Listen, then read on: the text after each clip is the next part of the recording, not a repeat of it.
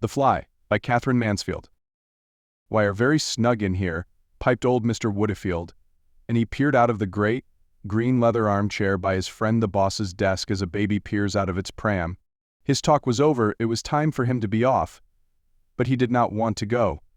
Since he had retired, since his stroke, the wife and the girls kept him boxed up in the house, every day of the week except Tuesday.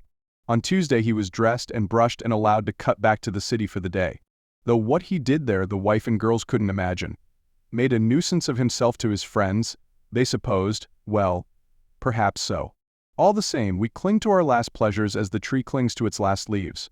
So there sat old Woodfield, smoking a cigar and staring almost greedily at the boss, who rolled in his office chair, stout, rosy, 5 years older than he, and still going strong, still at the helm.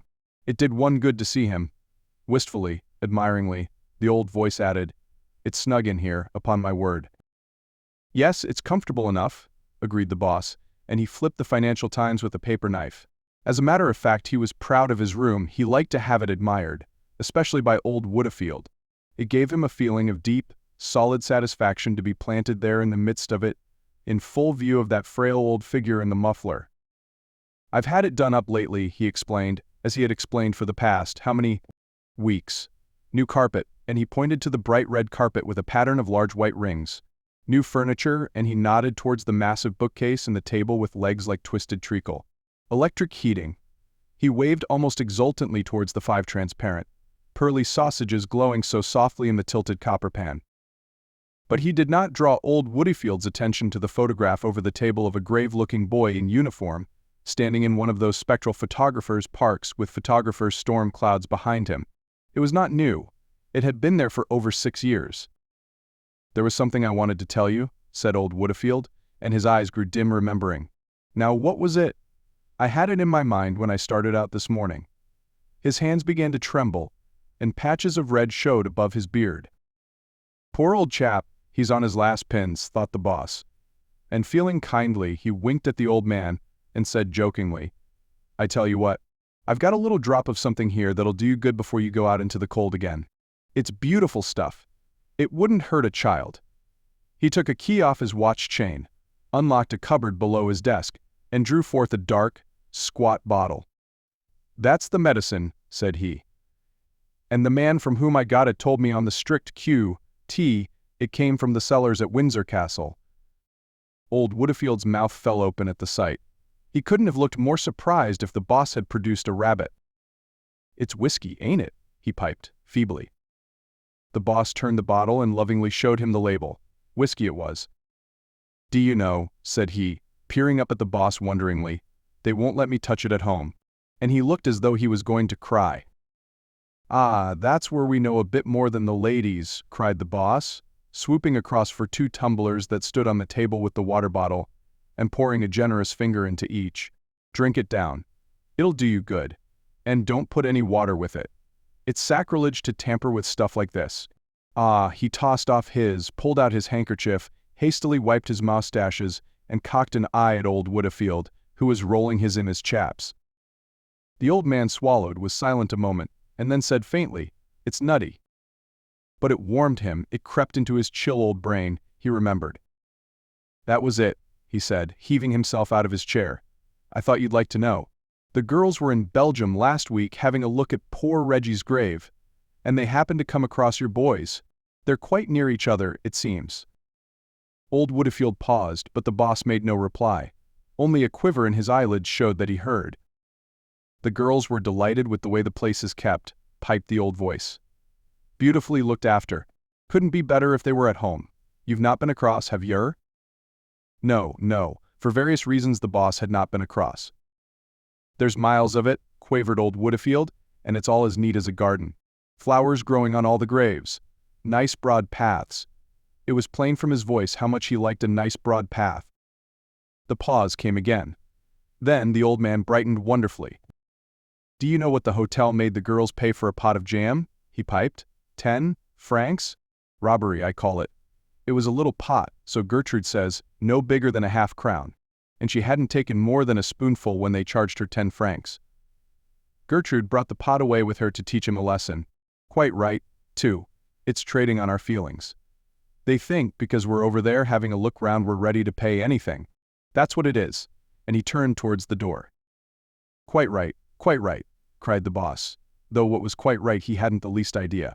He came round by his desk, followed the shuffling footsteps to the door, and saw the old fellow out. Woodfield was gone. For a long moment the boss stayed, staring at nothing, while the gray-haired office messenger, watching him, dodged in and out of his cubby hole, like a dog that expects to be taken for a run. "Then I'll see nobody for half an hour, Macy," said the boss. "Understand? Nobody at all." "Very good, sir." The door shut, the firm, heavy steps recrossed the bright carpet, the fat body plumped down in the spring chair, and leaning forward, the boss covered his face with his hands. He had arranged to weep. It had been a terrible shock to him when old Woodfield sprang that remark upon him about the boy's grave. It was exactly as though the earth had opened, and he had seen the boy lying there with Woodfield's girl staring down at him. For it was strange. Although over 6 years had passed away, the boss never thought of the boy except as lying unchanged, unblemished in his uniform, asleep forever. "My son," groaned the boss. But no tears came yet.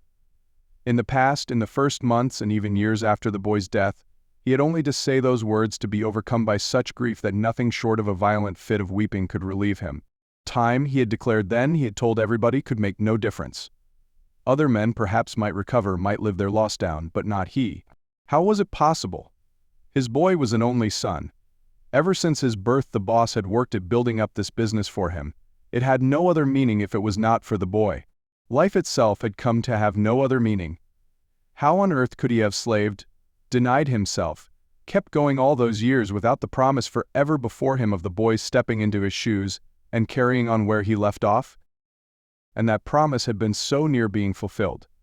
The boy had been in the office learning the ropes for a year before the war. Every morning they had started off together, they had come back by the same train. And what congratulations he had received as the boy's father. No wonder he had taken to it marvelously. As to his popularity with the staff, every man jack of them down to old Macy couldn't make enough of the boy. And he wasn't in the least spoilt. No, he was just his bright, natural self with the right word for everybody, with that boyish look and his habit of saying, "Simply splendid." But all that was over and done with as though it never had been. The day had come when Macy had handed him the telegram that brought the whole place crashing about his head. "Deeply regret to inform you," and he had left the office a broken man with his life in ruins. 6 years ago, 6 years, how quickly time passed. It might have happened yesterday. The boss took his hands from his face. He was puzzled. Something seemed to be wrong with him. He wasn't feeling as he wanted to feel. He decided to get up and have a look at the boy's photograph. But it wasn't a favorite photograph of his. The expression was unnatural. It was cold, even stern-looking. The boy had never looked like that. At that moment the boss noticed that a fly had fallen into his broad inkpot and was trying feebly but desperately to clamber out again. "Help! Help!" said those struggling legs. But the sides of the inkpot were wet and slippery. It fell back again and began to swim. The boss took up a pen, picked the fly out of the ink, and shook it onto a piece of blotting paper.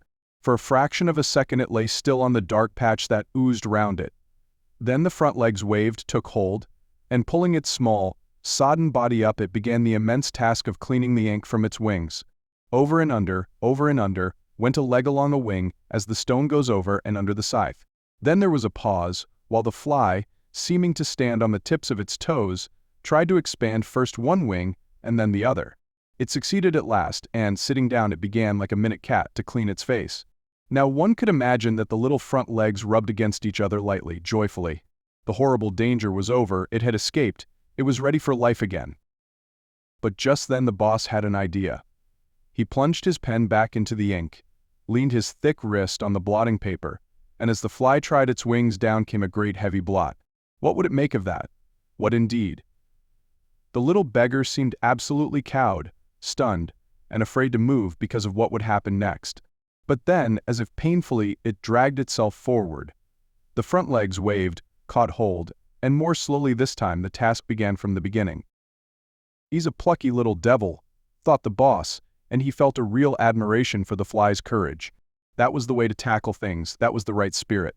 Never say die, it was only a question of, but the fly had again finished its laborious task, and the boss had just time to refill his pen, to shake fair and square on the new clean body. Yet another dark drop.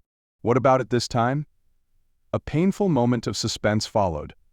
But behold, the front legs were again waving. The boss felt a rush of relief. He leaned over the fly and said to it tenderly, "You artful little bee," and he actually had the brilliant notion of breathing on it to help the drying process.